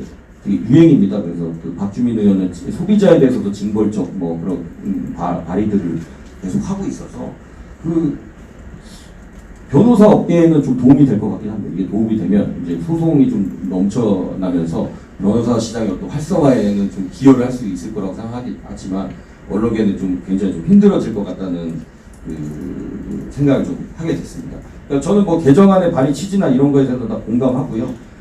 뭐 저희 회원사기 때문에 일일이 특정 언론사를 지명할 수는 없지만 뭐 어떤 거대 언론의 특정 프레임에 대한 보도에 대한 폐해도 좀 분명히 있다라고 생각합니다. 근데 여기서 저희가 좀 짚고 넘어가야 되는 거는 어떤 사회가 많이 변하면서 1인 미디어가 많아서 언론사의 기능에 대한 경계가 좀 허물어지고 있는 상황이에요. 그래서 또 포털 중심의 어떤 뉴스 공급 체계라든가 이런 부분들 때문에 소위 말해야 하는 가짜 뉴스들이 좀 많이 생기는데 또 기존의 어떤 규모가 있는 언론사들은 또 나름의 또 자정작용을 하고 있습니다. 그렇다고 해서 뭐 1인 미디어가 나쁘다는 게 아니라 아까 교수님께서 말씀하신 것처럼 가짜 뉴스와 오보를 구분을 해야 될 것 같고요. 오보는 사실은 여기 뭐 취재를 해보신 분들 계시지만 최초 보도했을 때에는 진실된 내용이었지만 결과적으로 오보가 되는 경우도 있고 처음에는 오보 같았지만 또 진실로 바뀌는 경우도 좀 있습니다. 그래서 저는 제안드리고 싶은 거는 제가 정말 우려되는 거는 언론계가 지금 아까 말씀하신 사법과 함께 지금 모든 공공의 적이 되고 있는데 이런 언론계의 어떤 위상 하락이라는 분위기에 편승해서 개정안이 치열한 토론이라든가 논의 과정 없이 분위기에 휩쓸리는 거를 저는 가장 좀 우려하고 있거든요. 그런 의미에서 뭐 이런 자리가 좀 소중하다고 좀 생각하고 있습니다. 그래서 어쨌든 저는 뭐 젊은 기자 속하기 때문에 뭐 표현의 자유라든가 이런 뭐 구태의연한 단어를 그렇게 굳이 강조하고 싶지는 않지만 이런 관행에 대해서는 이런 문제점이 있다고 말씀드리고 싶고요. 저희가 또 반성해야 될 점도 있습니다. 저는 그래서 제안드리고 싶은 거는 언론계도 반론이나 정정보도에 그동안 좀 인색했습니다. 기사는 크게 나갔는데 어디 정정보도는 저 신문 뒤쪽에 이렇게 조그맣게 나가는 경향도 좀 있었던 거는 인정을 하고요. 그런 부분들을 좀 선도적으로 먼저 정정보도를 하고 반론보도라는 그런 문화라든가 아니면 어떤 자정작용이라든가 아니면 언론중재위의 어떤 판결에 조문을 넣을 수도 좀 있다고 생각하거든요. 그래서 어쨌든 소위 말하는 그런 고집들 때문에 뭐 정정보도를 내면 약간 뭔가 잘못을 인정하는 듯한 느낌에 대한 언론계 관행이 있었다는 거는 저부터도 좀 공감을 하고요. 그런 부분에 대해서 좀 적극적인 정정보도와 반론보도를 게재하는 문화를 좀 만들면 조금 더 나아지지 않을까 싶고요. 또 하나 말씀드리고 싶은 거는 징벌적 세배를 하면 예를 들어서 그게 입증해서 옳다는 기사가 나면 그쪽도 세배를 물어야 될 것 같다는 생각이 들거든요. 예, 그 불공평한 개정안이 좀 되는 것 같아서요. 끝으로 말씀드리면 한국기자협회는 어쨌든 언론윤리위원법 저지를 위해서 창립된 단체로 뭐 전국에 10,000명이 넘는 회원을 가지고 있는 단체입니다. 그래서 뭐 저희랑 다른 언론 단체들도 여러 자정작용이라든가 이런 것들 노력을 좀 하고 있어서요. 단기간 안에 뭐 모든 보도들이 다 바로 잡아질 수는 없겠지만 그러기 위한 노력은 좀 하고 있다는 점을 좀 말씀드리고 싶습니다. 그래서 이 자리를 통해서 언론계 뭐 보도 행태라든가 뭐 그런 피해 사례들을 좀 논의해서 건실한 자리가 좀 마련됐으면 좋겠습니다. 네, 이상입니다. 감사합니다. 왜 토론을 해야 되는지가 좀 명확하게 드러나는 토론이었다고 생각합니다. 그리고 중요한 점을 중간에 짚어주셨는데요. 우리가 지금 제가 아까 발표에서 그랬고 언론의 주체와 객체 측면에서만 이 사태를 바라보고 있기 때문에 지금 두 분께서 나와 있는데요. 그 언론을 전달하는 매체에 대해서는 지금 지적이 없어요. 그 점이 굉장히 중요할 수가 있다는 것이죠. 언론이 어떻게 소비되고 있는지, 소위 플랫폼 중심으로 지금 우리는 언론을 받아들이고 있는데 그분들은 여기에 없잖아요. 그러니까 우리만 싸우고 있고. 근데 그게 또 중요한 쟁점이 될 수 있다고 생각합니다. 미처 말씀드리지 못한 내용을 언급해 주셔서 감사드립니다. 마지막 토론을 듣도록 하겠습니다. 허윤 대한변협 수석 대변인님께서 발표해 주시겠는데요. 허 대변인께서는 변호사로 활동하시면서 언론중재위원회 선거기사 심의위원회 위원을 역임하시고 서울특별시 의회 법률 고문을 역임하셨으며 현재 대한장애인 태권도협회 이사로도 활동하고 계십니다. 부탁드리겠습니다. 큰 박수로 환영해 주십시오. 같아요. 일단 제가 제목을 징벌적 손해배상 제도의 정착을 위한 제언이라고 이제 썼더니 몇 분이 전화하셔가지고 너무 찬성이냐 이렇게 물어보시는데 일단 그 한마디로 정의를 내리긴 어렵지만 이 제도 자체에 그 징벌적 손해배상 제도가 만들어진 그 취지라든가 이 법 자체는 상당히 참고할 만하다라고 말씀드릴 수 있겠습니다. 하지만 분명히 여기에는 문제점이 있기 때문에 그 부분을 좀 개선을 해야 되지 않을까라는 생각에서 제목 자체를 장착을 위한 제언이라고 붙였는데요. 이제 다들 공감하시겠지만 현재 우리나라의 언론, 이 언론 환경에 문제가 있다. 언론 자체의 보도에 어느 정도 문제가 있다라는 점은 아마 공감을 하실 겁니다. 그렇기 때문에 언론사 자체도 내부적으로 여러 가지 규범들을 만들고 계시는 상황인 거고요. 언론사 자체가 그동안 여러 노력을 기울여 왔다는 점은 인정을 하실 겁니다. 다만 그 노력 자체가 우리 사회가 받아들이기에 충분하지 않다라고 생각이 되었기 때문에 이런 개정안이 나오지 않았나 생각이고요. 사실 아시겠지만 가짜뉴스가 굉장히 좀 이슈가 되고 있습니다. 몇 달 전에 있었던 코로나19 사태에서도 가짜뉴스가 좀 문제가 됐고요. 총선 과정에서도 당연히 가짜뉴스가 문제가 됐습니다. 그런 걸 보면서 이 언론의 정화작용, 이걸 과연 언론 자체에만 맡겨놓는 게 이게 타당하냐, 여기에 대해서 상당히 많은 얘기가 있었거든요.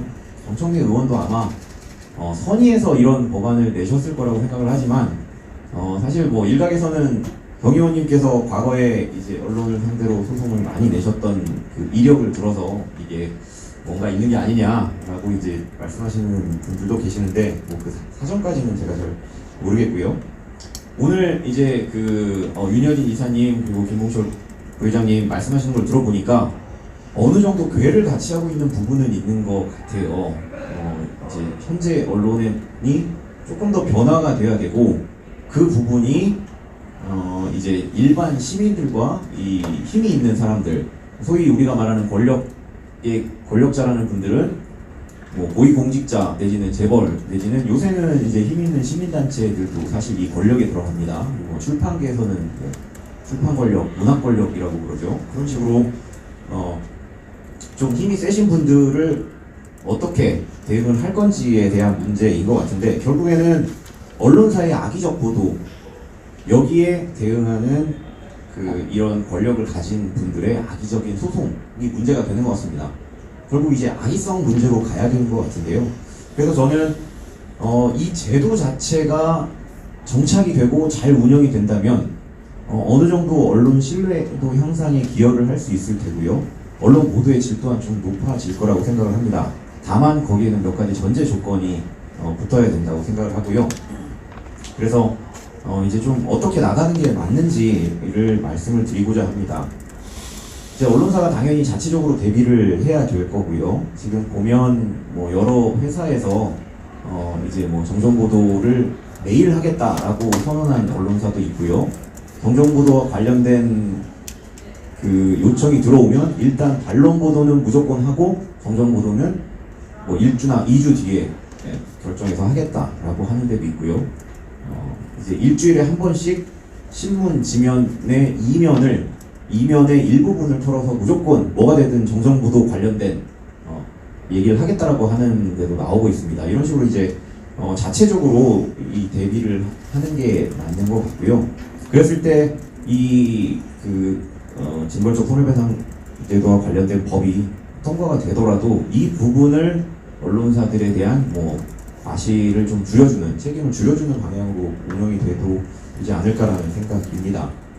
그리고 아까 김봉철 부회장님께서 말씀을 해주신 것 중에 저도 참 공감을 하는 게 있는데요. 실제로 이제 소송을 진행을 하다 보면 변호사 같은 경우는 언론사 쪽에서 싸울 수도 있고요. 언론사를 공격하는 쪽에서도 싸울 수가 있는데 이제 양쪽을 다 경험을 해보면 둘 다 문제인 경우가 많습니다. 언론도 문제고 이 언론을 공격하는 쪽도 문제고 양쪽 다 문제인 경우가 많습니다. 그런데 지금 개정안 자체는 어떻게 보면 언론에 대한 규제를 초점에 맞추고 있거든요. 원래 한 제도가 성공적으로 정착을 하려면 규제는 양쪽에 거의 동등한 수준으로 가해져야 된다고 생각을 해요. 그래서 언론에 대해서 징벌적인 손해배상 제도를 도입을 해서 그만큼 센 책임을 묻기 위해서는 그 반대편에도 비슷한 정도의 책임을 묻는 그런 이 제도가 필요하지 않을까 생각인데, 물론 그 대상 자체는 아까 말씀드린 것처럼 일반 시민은 제외를 해야 되는 거고요. 일반 시민을 제외하고 굉장히 악의적으로 반복적으로 소송을 내는 이 힘 있는 사람들에 대한 규제가 필요하다고 생각을 합니다. 그래서 저도 이번에 좀 조사를 해봤는데 이 가짜뉴스 자체가 이미 몇 년 전에 나온 거더라고요. 나치가 가짜 언론이라는 표현을 쓰면서 상대방을 공격을 한 그런 상황이 100년 전에 있었고, 이게 이제 트럼프 대통령 선거 때 또 반복이 됐더라고요. 이런 걸 보면서 이 언론과 권력의 관계는 끊임없이 긴장을 탈 수밖에 없구나라는 생각을 하게 됐습니다. 소송이 진행되고 있는 상황과 소송이 시작되기 전 이렇게 두 개로 나눠가지고 그렇게 악의적이고 반복적인 소송에 대해서 어떻게 대처를 해야 되는지, 그리고 이 제도가 지금 현재 논의되고 있는 이 징벌적 손해배상 제도 안에 포섭이 되기를 기대를 하면서 요 관련된 내용을 간단하게 말씀을 드리면, 실제로 몇 년 전에 제가 소송을 하면서 굉장히 악의적이고 반복적인, 당시 이제 11건의 소송이 들어왔고요, 언론사로. 그게 이제 각 개별 기사마다 들어와서 이 언론사에서는 반소 제도를 이용을 해서 그 정신적 위자료를 청구를 좀 하자라고 얘기를 했었습니다.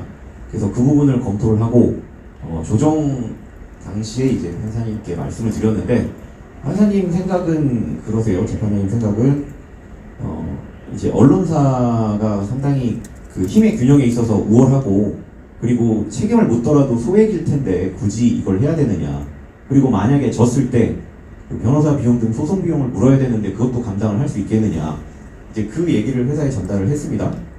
반소를 냈을 때 언론사가 지게 되면 이제 그 청구한 금액까지 해서 소송 비용을 더 물게 돼요, 변호사 비용을. 그래서 회사에서는 이제 그 반소 제기는 좀 하지 말자라고 했는데, 사실 반소라는 거는 이제 국민의 권리입니다. 나한테 소송이 들어오면 내가 적극적으로 이 소송에 대해서 대응할 수 있는 게 반소거든요. 그런데 아마 재판부는 제가 몇 번 얘기를 꺼냈을 때 좀 소극적인 반응을 보였기 때문에 이 부분 이제 반소를 좀 충실하게 활용을 하는 게 좋을 것 같고, 그리고 누구나 봤을 때 이게 공세소송이라고 판단이 되는 경우가 있습니다. 그러니까 악의적으로 그리고 반복적으로 이제 소송을 내는 경우에는 세배를 물리면 사실 세배를 나도 받을 수 있는 그런 것까지 좀 생각을 해야 된다고 보고 있습니다. 이게 왜냐면 그 미국 같은 경우에 이제 징벌적 손해배상 제도가 미국 제도를 많이 가져왔는데, 사실 미국에서 언론에 대해서 징벌적 손해배상 책임을 물리는 것과 동등하게 이 그 언론사에게도 이런 그 상당한 액수의 손해배상금을 인정을 해주는 사례가 있습니다. 그렇기 때문에 제도를 만약에 가져온다면 양쪽에 다 어느 정도 일정 부분 책임을 부과할 수 있는 그런 정도로 가져오는 게 좋을 것 같고요. 그리고 실제로 그 현장에서 보면 소송이 제기되는 것 자체가 언론한테 굉장히 타격입니다. 소송을 하겠다라는 그 발언 하나만으로도 기사를 삭제하고 가서 사과하고 이러는 경우도 좀 있고요. 그렇기 때문에 이제 소송 제기 자체가 두려운데, 이 소송이 제기되기 전에 굉장히 무차별적이고 반복적이고 악의적인 소송에 대해서는 사전에 좀 차단을 할 수 있는 그런 제도도 좀 고려를 해봄직하다고 생각이 됩니다. 이 영국에는 이제 부당소송금지법 이런 제도가 있는데요. 이제 당사자가 합리적 근거 없이 악의적으로 상대방을 괴롭히기 위해서 소를 제기할 때는 민사, 형사 이 소송을 제기하지 못하도록 금지 명령을 발할 수가 있습니다. 그리고 이 악의적으로 소송을 낸 사람의 명단 자체를 공보에 게재를 해서 모든 국민이 다 열람이 가능하게끔 하거든요. 캘리포니아 주 같은 경우에는 소송을 제기하는 사람 자체를 규제를 하는데요. 그 소송이 들어왔을 때 이 사람이 굉장히 악의적으로 소송을 내는 사람이다라는 의견을 제출을 하면 법원이 판단을 해서 이제 소송 금지 명령을 내리기도 하고 그런 제도들이 있습니다. 그래서 이 방식 우리나라는 뭐 신청보다는 법원이 직권으로 좀 판단을 하는 게 좀 맞는 것 같고요. 그런 거로 인해서 언론사의 이 소송 부담을 좀 줄여주면 적어도 권력에 의한 악의적 반복적인 소송에서는 언론이 조금 더 자유로울 수 있기 때문에 이 제도 자체에 대해서 뭐 좀 받아들일 여지가 있지 않을까라는 생각으로 오늘 제 말씀을 마치겠습니다. 감사합니다. 사법 절차적인 측면에서 좋은 대안을 제시해 주신 것 같습니다. 이것으로 주제 발표 토론은 모두 마치고요. 질의응답 및 우리 객석에 계신 선생님들 의견을 좀 듣도록 하겠습니다. 질문이 있으신 분께서는 손을 들어서 표시를 해주시면 제가 지명해 드리겠습니다. 질문하실 때는 간단하게 소개를 좀 해주시고요. 그리고 질문 대상을 지정해 주시면 감사하겠습니다. 질문 있으신가요? 예. 예, 저기 이 마이크를 드리겠습니다.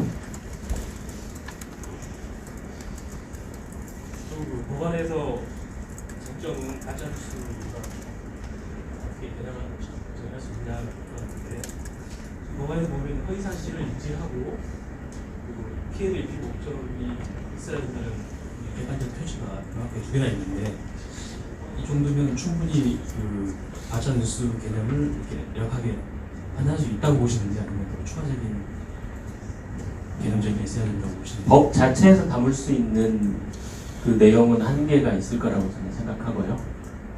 제가 생각하는 가짜뉴스와 오보의 차이점은 결국 그 사법 절차를 통해서 마지막에 정해지는 것인데, 그래서 제가 아까 중간에 말씀드렸던 절차가 중요하다.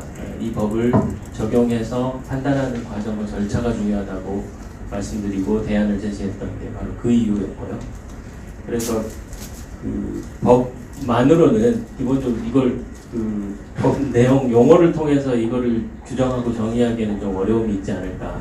가짜 뉴스를 자체를 정의하는 것의 어려움과도 맞물리는 내용인 것 같습니다. 그래서 이것을 가짜 뉴스냐 아니냐를 첫 번째 입법 단계에서 구별하는 것보다는 그것을 밝히는 절차가 얼마나 정의롭고 합리적인가, 그것에 좀 더 관심을 기울여야 되지 않을까, 그런 충분하다기보다는 아직까지 제가 거기에 명확한 답은 못 드리겠습니다. 좀 더 논의를 해보는 것 같습니다. 생각합니다. 다른 질문 혹시 있으실까요? 예. 질문 나오는 변호사입니다. 화연 대변인께 질문드리겠습니다.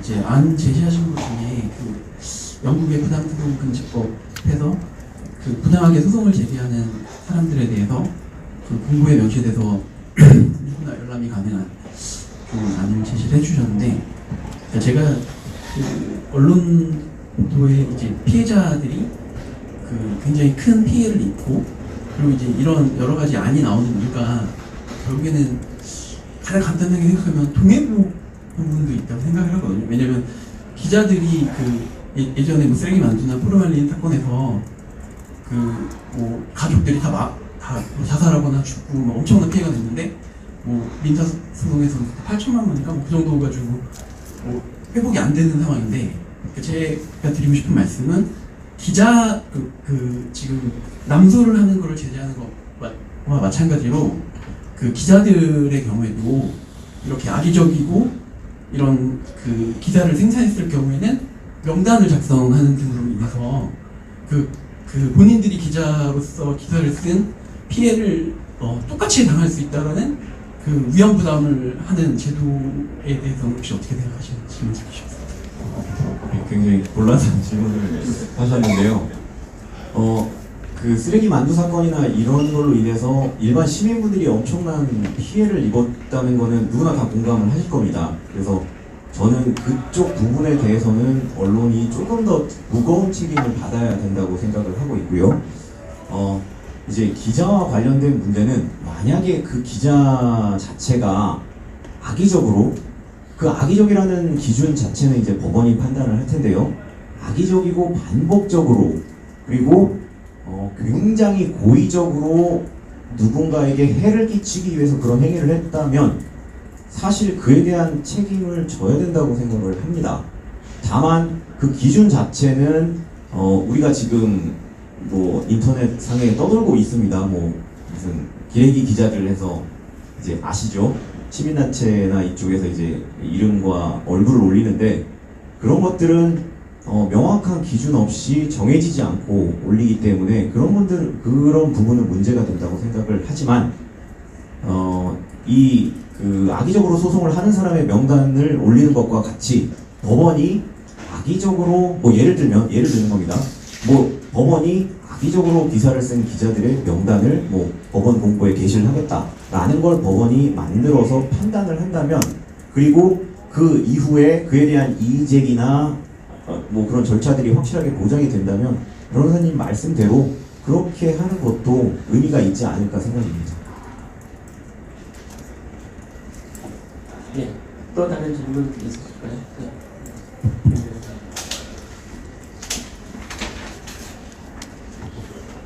저는 이사님께 질문 하나 드리고 싶은데 이제 이사님 활동하시는 단체에서 이제 이런 시민 피해자분들을 많이 공익소송을 하셔서 그 과정을 많이 경험을 해보셨을 것 같아서 질문을 드리고 싶습니다. 저희가 오늘 논의되는 제도 자체가 징벌적 손해배상 제도이긴 하지만 결국은 이제 소송이라는 과정을 통해서 해결이 되는데 그 소송 과정에서 흔히 현대적 소송이라고 하는 뭐 환경소송이라든지 의료소송에 대해서는 입증 책임을 완화한다든지 뭐 때로는 전환시킨다든지 하는 법률들이 일부 도입이 되고 논의가 되고 있습니다. 그래서 저는 그런 절차적인 측면에서도 그게 중요하다고 생각을 하거든요. 손해배상액이 인정되는 것도 중요하지만 그래서 그런 부분에 대해서는 뭐 어떤 의견을 가지고 계시고 그런 부분에 대해서는 만약에 법안이 도입된다면 어떤 식으로 운영이 됐으면 좋겠다 그런 부분이 추가로 도입이 됐으면 좋겠다는 의견이 있으신지 여쭙고 싶습니다. 그 입증 책임을 사실은 그 피해자가 해야 되는 거잖아요. 그리고 그 악의성과 관련돼서 과실과 악의성을 어떻게 판단할 수 있을 것인가라는 것도 굉장히 쟁점이 될 거라고 생각이 듭니다. 사실 그런 얘기도 좀 있었어요. 이 고의나 악의적인 것이 전제되지 않는다면 징벌적 손해배상제에 대해서 도입될 수 있는 건가, 적용될 수 있는 건가. 그래서 어떻게 보면 김영란법처럼 이것이 이제 언론의 책임을 묻기 위한 실효성이라는 부분에서 좀 떨어질 수 있지 않을까, 뭐 이런 얘기도 있었는데 저는 말씀에 충분히 공감합니다. 그러니까 무슨 얘기냐면 입증 책임과 관련해서 저는 과실과 고의성의 그 구분이 어느 정도일까 그런 생각이 좀 들고요. 현실적으로 이것이 법이 제정된다면 언론의 책임을 물을 수 있는 지금의 어떤 과실의 범위에서 악의성까지 충분히 물을 수 있을 것 같아요. 근데 그것이 악이냐 아니면 과실이냐 이 그 피해자 측한테 하라고 하는 것은 전차적으로 조금 더 고민해봐야 될 부분이라고 생각합니다. 예. 또 다른 질문 있으실까요? 제가 여기 좀 예.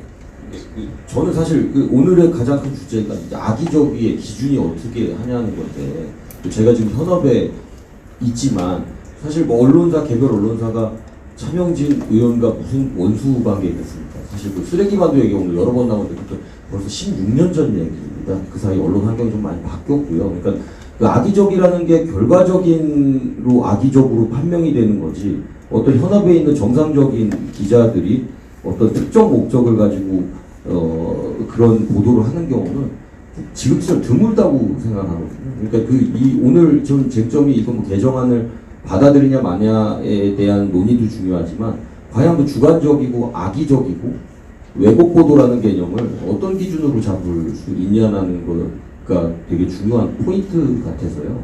그 부분에 대해서 그 이사님께서 말씀하신 거가 어쨌든 취재를 하다 보면 사람이기 때문에 과실을 할 수도 있고 어쨌든 뭐 좀 잘못된 것들을 알리기 위해서 좀 의욕이 좀 과해질 수도 있고 여러 가지 좀 경우들이 있기 때문에 그런 부분들을 다시 딱 떨어지는 명문화되는 걸로 과연 규정을 할 수 있는 것이냐에 대해서 저는 좀 의문이 좀 들어서 그 부분에 대한 좀 충분한 논의가 좀 필요하고 아까 제가 말씀드렸듯이 어쨌든 지금의 사회 분위기에 좀 편승돼서 뭐 이런 법안들이 언론이 좀 지탄을 받고 있다고 해서 충분한 논의 과정 없이 보완점 없이 이렇게 좀 섣부르게 입법화되는 거에 대해서 좀 우려감을 좀 말씀드리고 싶습니다. 지금 그 문체부에 등록되어 있는 그 매체 수가 굉장히 많습니다. 지금 기자협회를, 그러니까 언론을 대표하는 기자협회에서 그 언론이라고 생각하시는 거하고 달리 굉장히 많은 언론사가 있고, 또 그 언론사는 사실 확인 의무 별로 없고 그냥 올리는 거, 어뷰징이라든지 이런 거 많이 합니다. 그게 현실이에요. 그럴 때 물론 지금 이 법이 도입되고 그러니까 상대적으로 약간 어려우실 수 있지만 정화될 수 있을 것 같아요. 전체적인 언론 시장이라든지 미디어 환경이 조금 정화되는 데 기여할 수 있을 거라고 생각합니다. 네, 감사합니다. 질문 마지막 목소는 김 기자님께 질문드리겠습니다. 말씀하신 그 취지를 보니까 그 과실로 쓴 오보 기사가 이 법의 개정안에 대상이 될 수 있다는 취지로 말씀하신 것 같은데, 제가 이해했으면 그 과실로 쓴 오보 기사는 명확하게 이 대상에서 포함되지 않을 것 같은데 왜 그렇게 포함될 수 있다고 보고 계시는지, 어떤 판단 기준으로 생각하시는지. 그 비중이 저는 크다고 말씀드린 건 아니고요. 어쨌든 결과적으로 상황적으로 악의적이라는 그러니까 법 조문이지 않습니까? 개정안에 악의적이라는 기준과 뭐 심대한 피해라는 거는 개인이 느끼는 편차가 좀 다르기 때문에 다르게 좀 전 해석을 할 수 있는 경우가 좀 많다고 생각해서 그렇게 말씀. 허위 사실을 인지한다는 건 객관적으로 우리가 판단할 수 있는 내용이잖아요. 네. 그 부분도 달리 사법부가 달리 판단할 수 있다고 생각하시는 거예요? 저는 그럴 수 있다고 생각합니다. 네. 제가 추가로 좀 말씀을 드리면, 아마 과실에 의한 보도라는 거는 취재원이 의도적으로 왜곡시키는 경우가 있습니다. 그거를 기자가 확인을 하긴 하는데 제대로 확인을 못하고 이제 취재원의 말에 따라서 기사를 썼을 때 결국에는 그게 굉장한 오보로 다가오고 책임이 엄청 크거든요. 아마 그런 부분을 말씀하지 않으셨을까 합니다. 그런 경우라면 허위 사실을 인지했다고 할 수가 없는 거잖아. 이 허위 사실을 인지하지 못했어도 법원에서는 그 허위 사실이, 그러니까 취재원이 항상 잘못된 정보를 제공을 할 수 있는 그 상황을 염두에 둬서 최선의 노력을 다해야 된다라고는 얘기를 합니다만, 만약에 그 정보가 한정이 돼 있고 이 다른 경로를 통해서 재확인이 조금 어려운 경우라면 그 책임을 언론사가 온당히 그냥 짓는 경우도 가끔씩 나오긴 합니다. 아마 그 부분 말씀하신 것 같습니다. 인지능력을 확대해서 하고 해석할 수 있다는 거지. 예, 그게 사실 언론사의 책임으로 인해서 누군가에게 큰 손해가 발생을 했기 때문에 누군가는 책임을 져야 되거든요.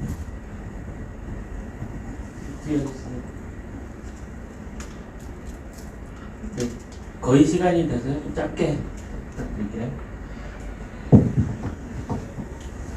네, 안녕하세요. 윤여진 이사님께 여쭙고 싶은데, 그 언론에 한정된 건 아니고 5.18 특별법 개정안 발의 추진 중인데 보면 5.18 역사 왜곡 이런 걸 처벌하는 그런 게 이제 담겨 있는데, 그 언론인권센터에서는 그런 역사 고유죄를 처벌하는 거를 도입한 것에 대해서 어떻게 생각하시는지, 또 이런 지금 징벌적 손해배상 도입과 연관성 보면 이런 징벌적 손해배상 제도가 도입된다면 굳이 이런 역사적인 사건에 대해서 부인하고 왜곡하는 것까지 도입할 필요성은 좀 적어지는 건지, 거기에 연관성에 대해서 대단히 의외이신 분이 우리 쟁점이 아니기 때문에. 예. 그 차별금지법 하면서도 사실은 징벌적 그 처벌과 관련된 내용 나오고 있습니다. 근데 지금 5.18 특별법 같은 경우에는 제가 깊이 있게 생각해보지 않았는데, 저는 좀 이렇게 처벌, 그러니까 민간에서, 언론 아니고 민간에서 그 부분을 좀 정리할 필요가 있지 않나? 그러니까 뭐 그런 생각이 좀 드네요. 이 정도밖에 말씀드립니다. 이 정도 질문 마무리. 마지막 질문으로 듣겠습니다.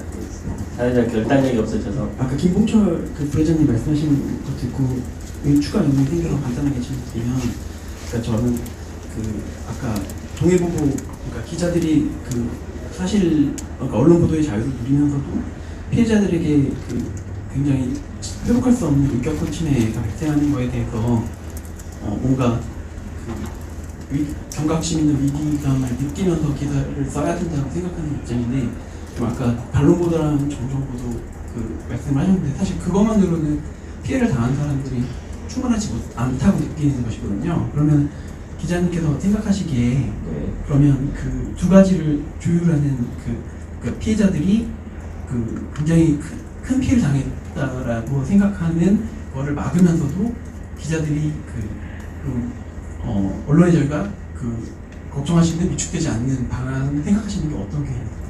그래서 제가 말씀드린 건 사실은 어느 한쪽 방향의 노력만으로 좀 어렵다고 생각을 해서요. 어쨌든 그 심대한 피해를 입지 않도록 하면서 저희가 보도를 열심히 해야 되는 거를 두 가지를 만족시키려고 하면 결국에는 언론계에서도 언론사별로 약간의 시스템이 좀 전 마련돼야 된다고 좀 생각을 하거든요. 물론 지금도 마련돼 있고, 뭐 최근에 어떤 하도 가짜뉴스 관련해서 아까 허윤 변호사님이 말씀하신 것처럼 뭐 옴부즈만 제도가 옛날에 유명무실했었는데 좀 활성화가 되고 있어서요. 어쨌든 쓰는 사람과 취재하는 사람, 그걸 보도하는 언론사에서 선제적으로 좀 그런 부분들을 예전에 비해서 신경을 써야 된다고 저는 생각을 하거든요. 근데 아까 말씀하셨듯이 뭐 무리한 단독 경쟁에 또 속보 경쟁에 여러 가지 상황이 좀 악화되고 있는데 그거의 선들을 좀 잘 조절을 해야 된다고 스스로 저희가 생각을 하고 그런 노력들이 좀 단기간에 이루어지지 않겠지만 지금 저희가 지금 문제가 되는 게 자정작용보다 언론 환경이 악화된 속도가 좀 더 빠른 거예요, 사실은. 그러니까 저희가 가만히 있는 건 아닌데 어떤 1인 미디어라든가 포털 위주의 어떤 뉴스 공급 체계라는 시스템적인 문제들 때문에 조금 따라가지 못하는 수준이어서 결국엔 그러면은 현업에 있는 기자들이 본업을 해야 되는 상황에서 그거를 조금 더 신경을 쓰고 노력을 하는 수밖에 좀 없다고 생각합니다. 예, 감사합니다. 이것으로 질문 시간은 다 마무리하고요. 예정된 순서를 모두 마치도록 하겠습니다. 우리 규범 체계를 바꾼다는 건 상당히 어렵고 복잡한 일인데요. 그 과정에서 여러 가지 좋은 그 전망도 있을 수 있고 걱정도 있을 수 있다고 생각합니다.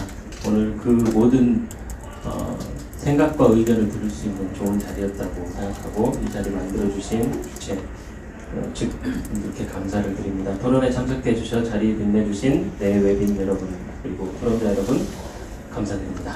이것으로 토론을 마치겠습니다. 감사합니다.